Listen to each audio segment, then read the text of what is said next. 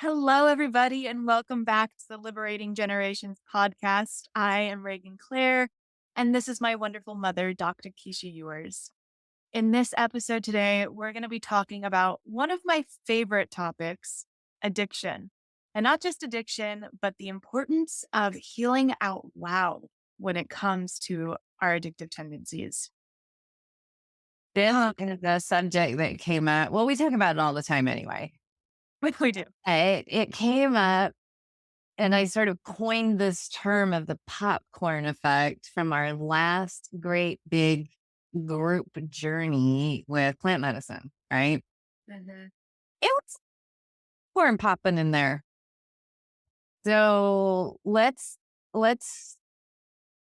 kind of go into what that looks like and what it feels like to be in a space where there's supportive, loving energy that's heating up, warming the environment. And as one person pops with, I realize I have an addiction. Here's what it is, whether it's food, drugs, Netflix, shopping, gambling, porn, sex, whatever it is, work, right? Mhm. Addiction to control or to reputation, fame, Relationship. media, relationships, love. Yes, exactly. And as one person in the group field is working with theirs, then in like the oil where all the little popcorn kernels are, right?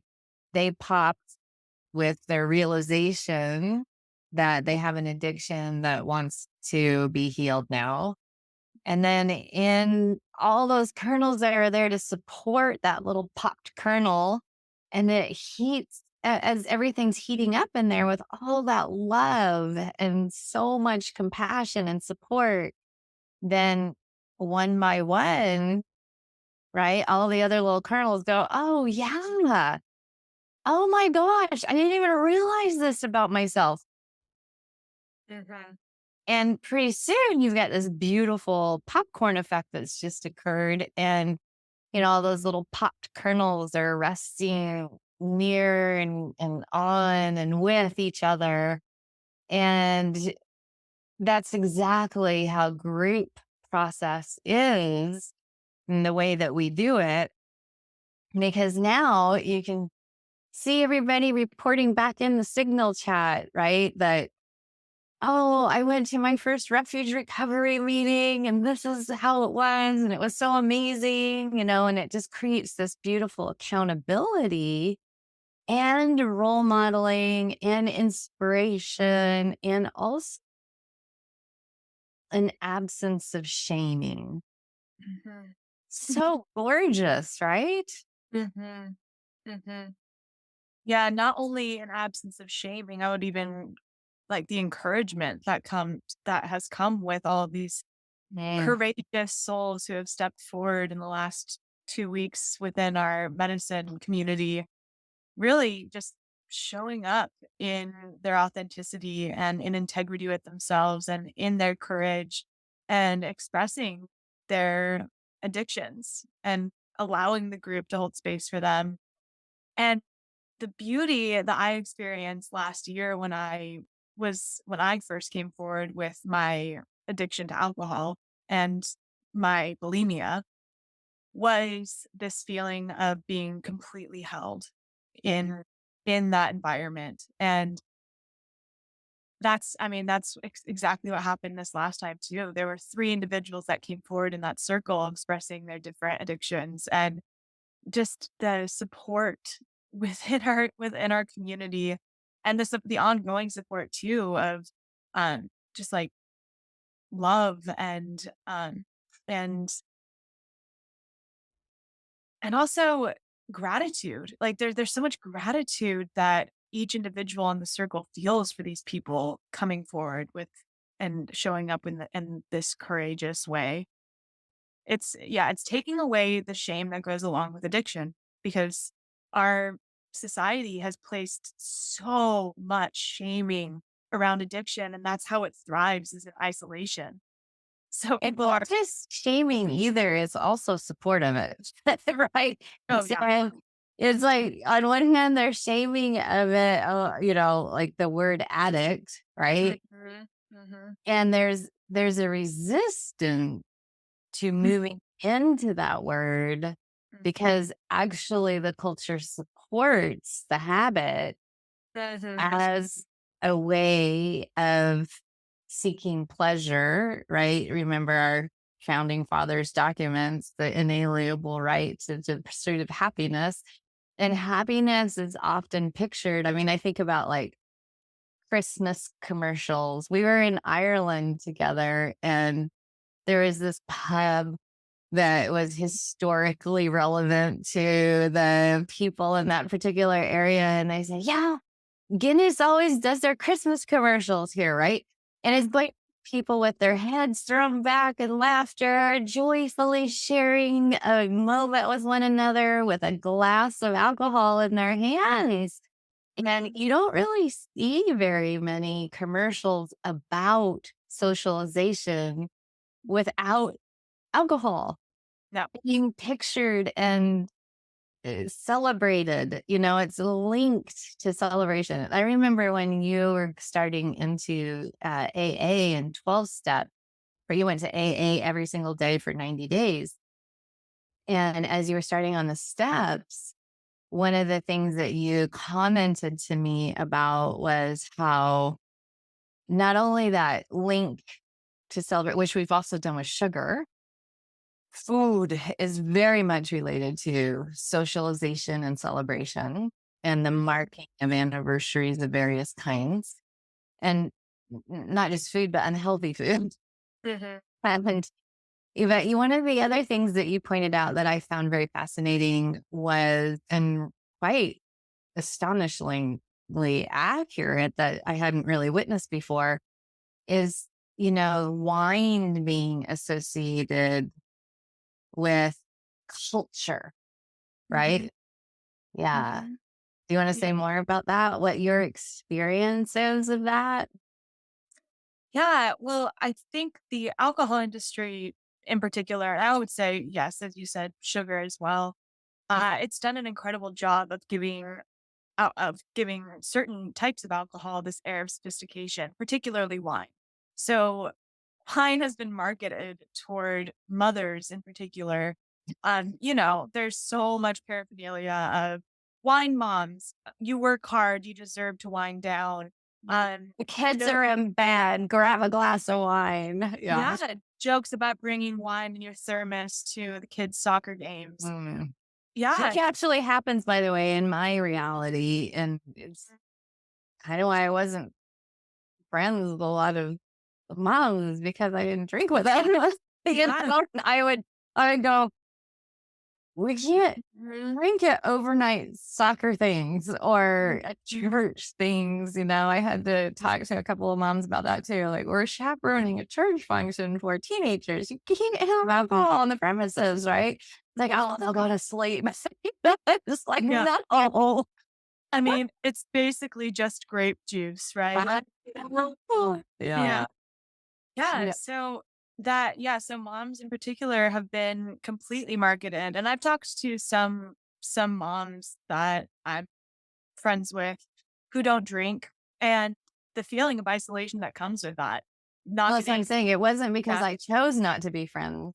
It was because I was left out of invitations after that, after expressing that "Ooh, we can't drink here, and then it was just like, Mhm. then there's a fear of being judged, which Mhm. I wasn't judging. I was just trying to keep a good boundary around, like, here's what we do to take care of the kids, what the expectation of a chaperone is, Yep. right?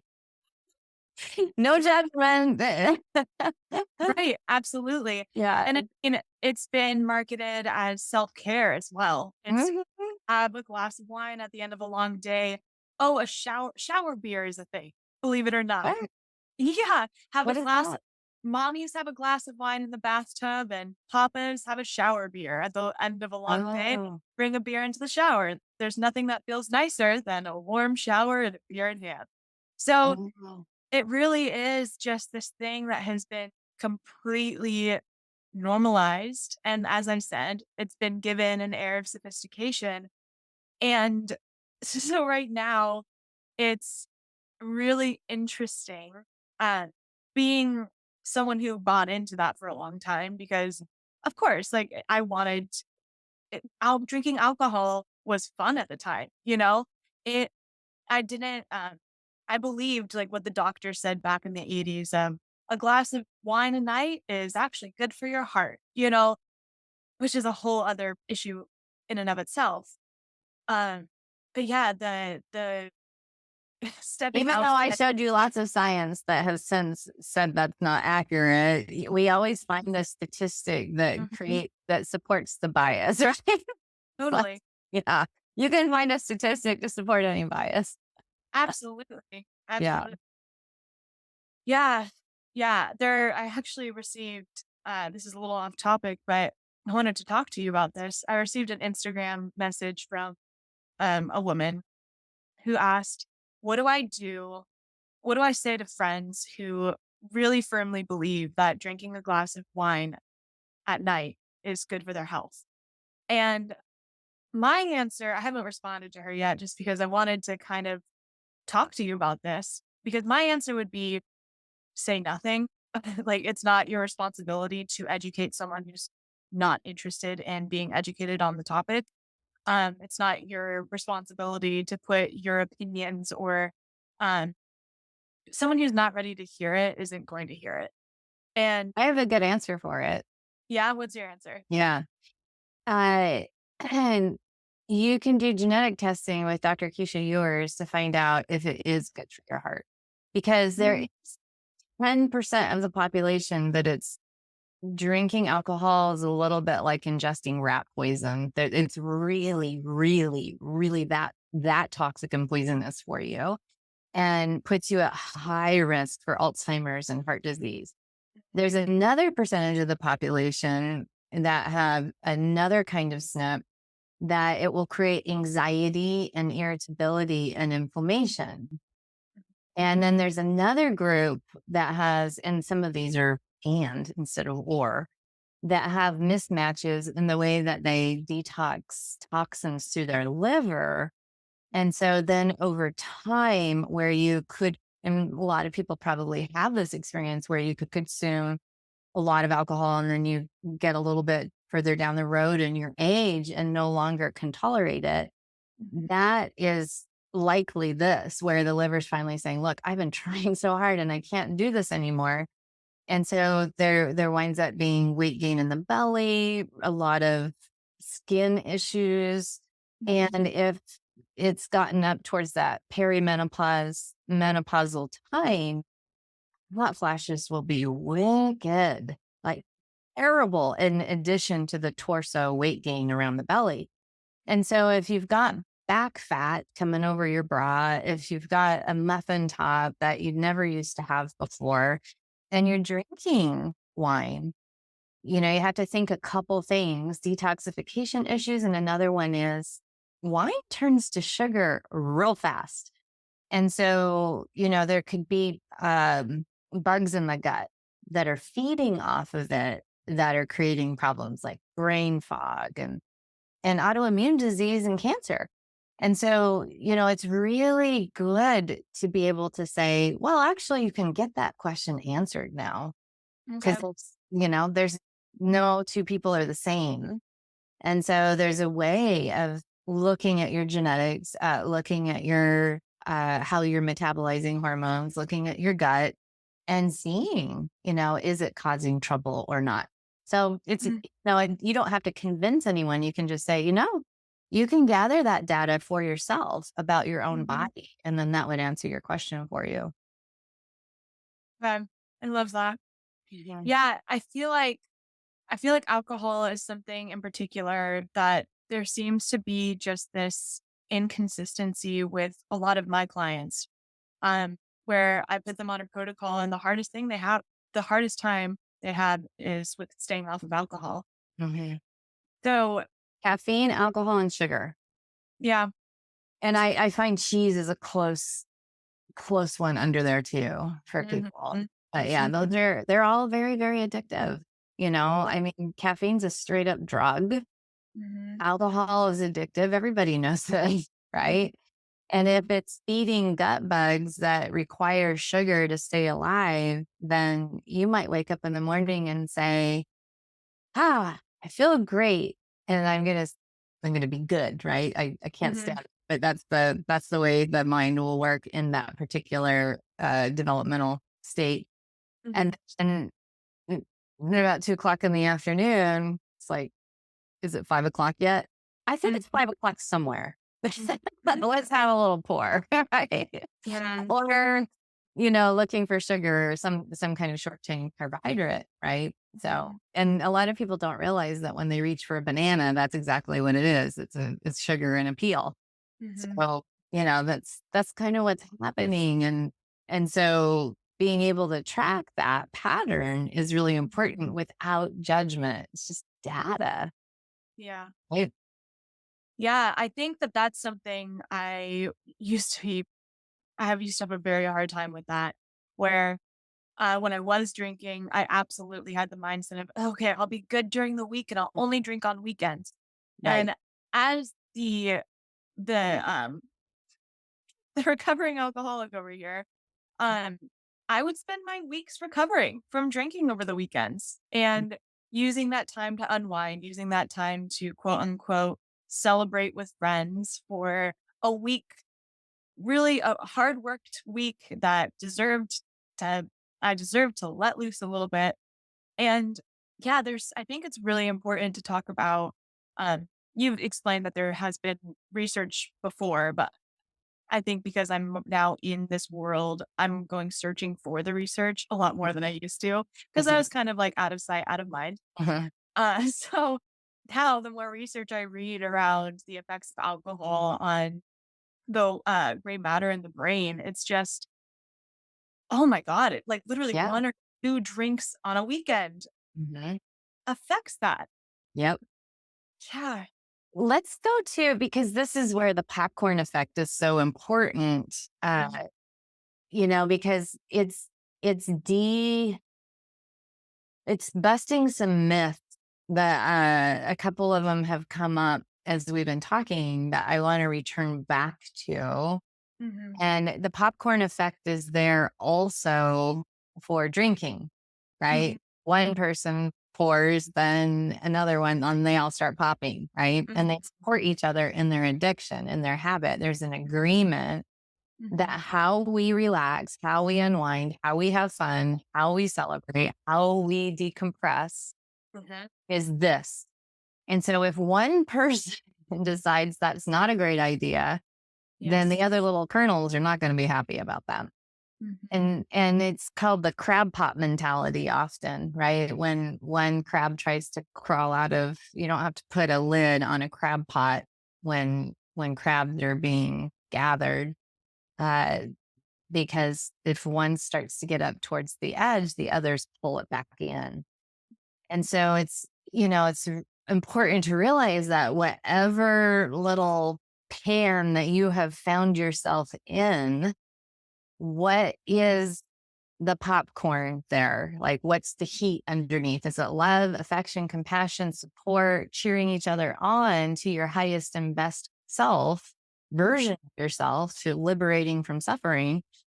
Or is it the crab thing where they're pulling you back in because they don't want to have to confront their own things? Mhm. And one of those things is that alcohol as a means, as for social lubrication, sexual, Mhm. being able to meet somebody and have sex with them, the impulse thing, right, is Mhm. really altered by alcohol. And so all of those filters that maybe your rational adult mind might want to kick in get erased with alcohol. Mhm. And so there's sort of an agreement in that particular pan of popcorn, and that's how we do it. So the popping is going to be towards addiction rather than towards freedom. So, are you a crab pot popcorn pan or yep, Mhm. liberation from suffering, highest self popcorn pan. Which pan do you find yourself in? Because that as that oil heats up, right? It's going to be difficult for you. And that was one of the things that you had to learn. So one of the myths that we've talked about is that alcohol is a good way of winding down, Mhm. unwinding, decompressing, and that we somehow deserve it because we have been working hard. We Mhm. have had a hard day. The resilience level's low. And so alcohol is there to help. And this is a really fascinating, it's a child way of being in your growth and development because it's like a baby crying and then parent puts a binky in the mouth. Or, we start our kids really early. You cry, you get a binky. Go to the doctor, get your vaccinations, you get a lollipop. It's Mhm. like, put that in your mouth. And, it's sugar. And in the hospitals, kids are fed sugar water immediately after birth.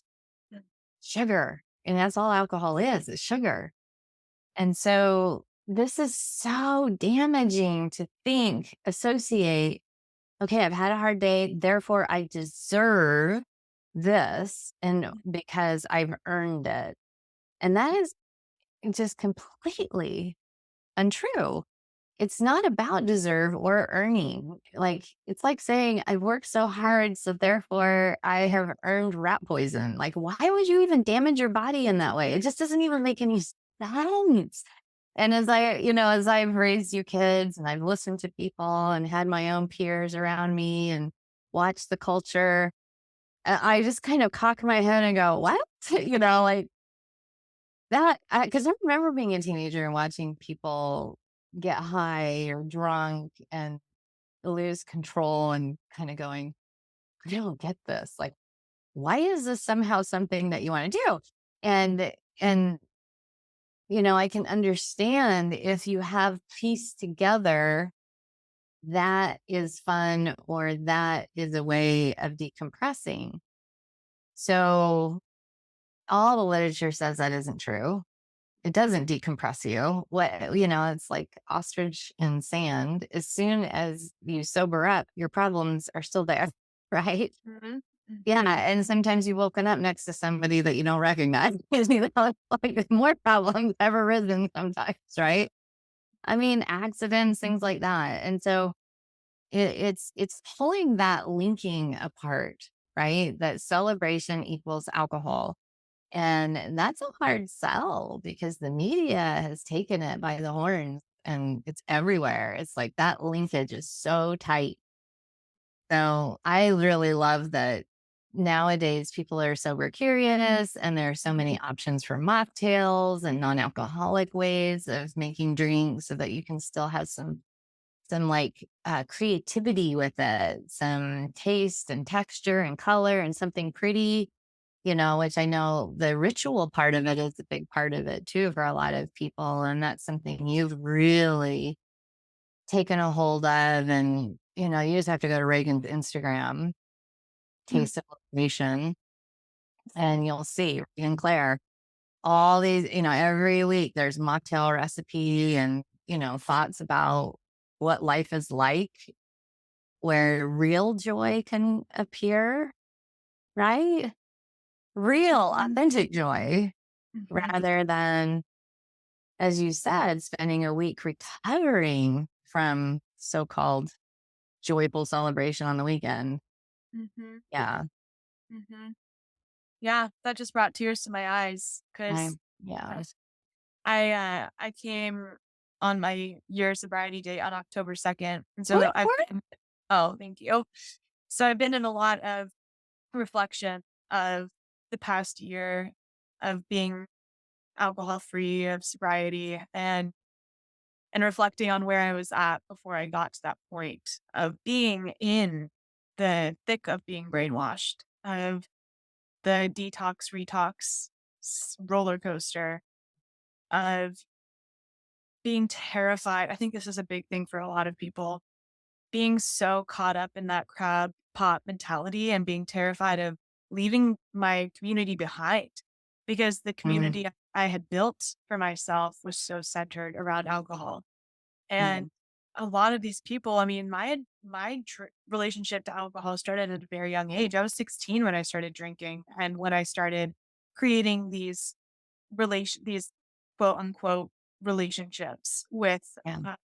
with people that was very much centered around drinking and trauma bonding and all of the things that go along with alcohol and what you're using alcohol to cover.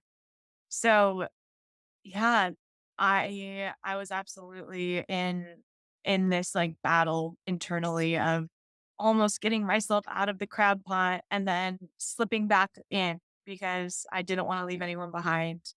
Yeah. Almost getting out, trying to get people to come with me. And then when they didn't, me falling back behind again and getting worse and worse within my own self, my own mental health, my relationship to spirit, everything, my relationship to my physical body, everything, because I didn't trust myself at that point. Honestly, that's what it comes down to. Every time we make a promise to ourselves to change the way we eat, to stop drinking, to start an exercise routine, to meditate daily, every time we make those promises and then we break them, we're breaking promises to ourselves. And Yep. so much shame arises from that because we're acting out of integrity with ourselves. And your So younger self learns to not trust you. Like you're not even trustworthy to your younger self. So that one's always feeling afraid because there's no one, no adult at the helm. Right. And so then anxiety spirals too, which requires what? In that something paradigm or alcohol. anything. Yeah. Right. Yeah, Yeah. exactly. Yeah, I'm ashamed that I am incapable of being in integrity with myself. So I gotta have a drink to cover that up. Oh, I Hmm. feel so much better now. Hmm. Yeah. Oh, and then I'm gonna talk about it with my community who's doing the same exact thing. And we're just going to tell one another that we deserve this. It's oh my gosh, all kinds of messed up.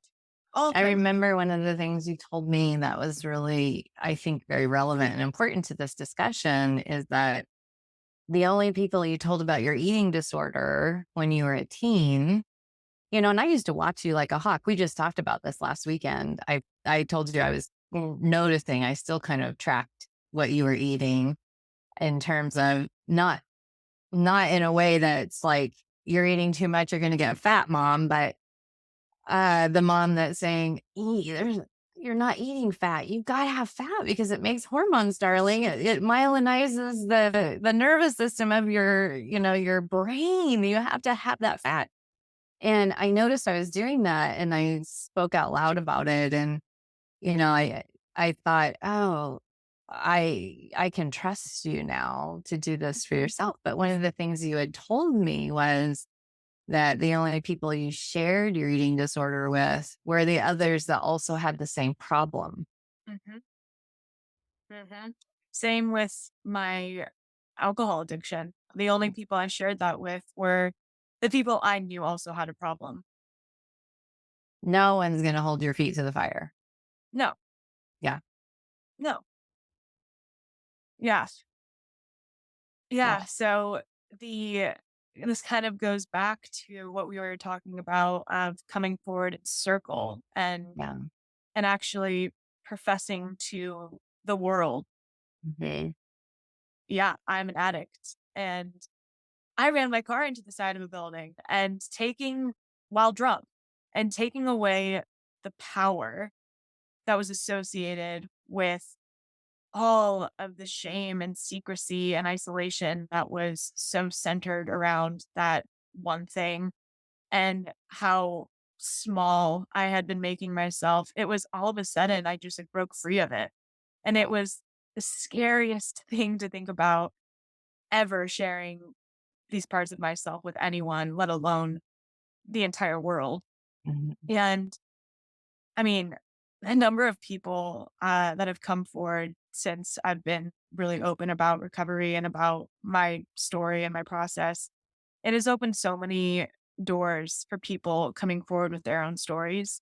Uh, Popcorn yeah, yeah, and that's popping all exactly over the place. yeah, and not only that though, it's not just it's not just people who are grateful though. There are also people coming forward on the internet saying, like, you have no business talking about living an alcohol-free lifestyle. It's all about drinking in moderation. Like there's a lot of mean people also.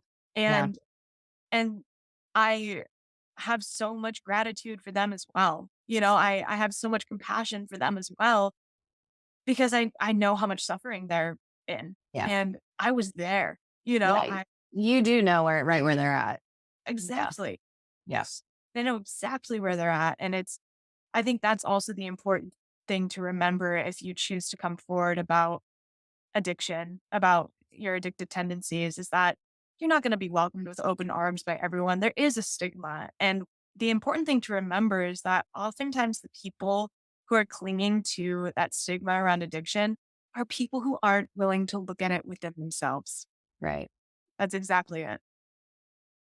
Yes. And I want to talk to the parents of, right, of kids that become addicted to whatever it is, video gaming. I mean, there are so many ways that we tune ourselves out in order to relieve ourselves of whatever pressure that's going on in the mind. And this is an unskillful way of trying to avoid pain, is to numb ourselves out instead of training the mind to become more resilient, to be able to witness whatever it is that's happening inside. And, that's why I call what what I do Dharma psychedelic medicine, in therapy, is because it's helping people train their minds and Mhm. giving them a structure for that. But for the parents that have kids and they're at their wits' end, I am going to say, when I went to Reagan and said, "Do you think you have a problem with alcohol?" And she burst into tears and said, "Yes." And then I said, "Okay, well, let's get on this. There's a really amazing AA group here locally that climbs to the top of Tiger Mountain every Sunday. It will fit you perfectly. All my patients that I send to this particular AA group are come back and go, wow, they are so cool, and you saying, no, I think I can do it on my own. And my response to you being, says every addict ever. And the drinking in moderation thing is also addict brain kicking in with that resistance, right? And and then, I went to you a number of times in different ways, like, honey, you're a lineage holder. You have all these intuitive and psychic lineage abilities through our female line in our family. And when you're numbing out your consciousness, then it's going to impact that. You're not going to be able to have access to it, and I had to drop these little things in sporadically so as not to alienate you and to read the room. And so I am just talking to parents right now where I say, when I work with people in psychedelic medicine assisted therapy, I'm often telling parents, even if your child ODs on heroin and dies, they're okay, which is really hard for them to hear. Even if they crash their car into another car and kill somebody, they're okay. And the okay part is that they have sovereignty and autonomy enough that their karma that they're creating is going to be theirs. And sometimes, like this is what AA talks about, is like, what is your rock bottom going to be? Only you get to make that choice. You cannot, do that for your kids. You can only teach them with love and compassion and non judgment, give them resources. You can't rescue them. And this is so important. And, I remember telling you, Reagan, like, is it going to take you killing somebody? Right. And I'm sure that pissed you off. Mm, But that I said that one time, I was like, is that what it's going to take? Because that's coming. And then when you ran into the building and it didn't hurt anybody, it's like, okay, the crash came the moment the rock bottom was hit and nobody got hurt, including you, which was miraculous. mhm, And one of the things that we talk about, with drama, there's a rescuer, there's a perpetrator, and there's a victim. So anytime there's drama and you're running around between those rules where you're rescuing somebody that's addicted, or they feel like you're victimizing them, or you feel like, or they're a perpetrator because they're stealing to get what they need for their fix, that will just keep creating itself. But the durable triangle is instead of rescuing, you're a resource. So every once in a while, you offer the resource and then you don't have attachment to outcome about what they do with it. That's really important because you have to know, like, this is their path. You can't walk it for them. You have to be vulnerable and let them know how you feel at the same time, not guilting them, right? To change for you has to be for them. And then instead of being a perpetrator, you just persevere. You keep persevering. You keep offering as a resource. You keep being vulnerable, and you persevere in that. And you just don't rescue, don't victimize, don't perpetrate, right? And that becomes a way of becoming durable so that resilience is built. And that is what I know a year into your sobriety is just how resilient you are. mhm. And I mean, I look at how empowered you feel and you behave, and it's so beautiful. So beautiful. Thank you, Mom. Yeah. Yeah. And you're walking your path with light and shadow. And that's the thing. It's the acceptance that life does contain shadow, distress, suffering, pain, and you're not meant to numb out from it. You're meant to digest it and Mm, take the nourishing bits that become wisdom and get rid of the rest that doesn't serve. When we numb out, all we do is have a victim story, mm, mm, right? Oh, that's emotional constipation right there. mm, It'll just keep you constipated. And so, this is the thing is it's important to digest your memories, your experiences. I mean, a lot of people have some serious pain they're trying to numb out from, mhm, right? I'm certainly not trying to minimize that because it is serious trauma and pain. And beating an addiction creates more trauma and pain. It doesn't allow you to digest your experiences, your memories, right? And your feelings. So this is so important. And you, man, girl, you've been digesting this year. Woo!